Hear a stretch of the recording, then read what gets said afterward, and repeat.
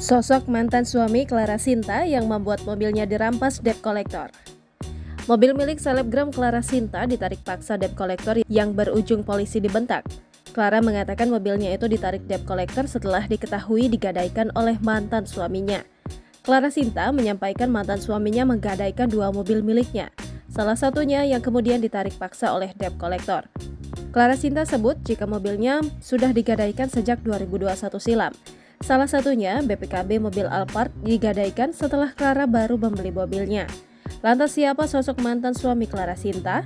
Clara Sinta mengaku janda, ia sudah bercerai dengan sang mantan suami dan memiliki 1 orang anak. Hal tersebut memang tidak dibeberkan ke publik karena termasuk privasi yang merupakan hak Clara Sinta untuk memberitahu atau tidak terhadap publik.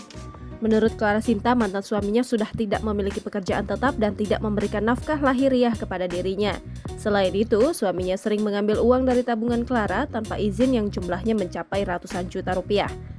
Clara Sinta juga mengungkapkan bahwa dirinya sering didatangi debt collector untuk menagih hutang suaminya hingga ia merasa tidak aman dan nyaman.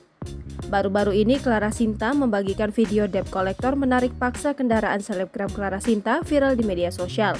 Clara mengatakan mobilnya itu ditarik debt collector setelah diketahui digadaikan oleh mantan suaminya.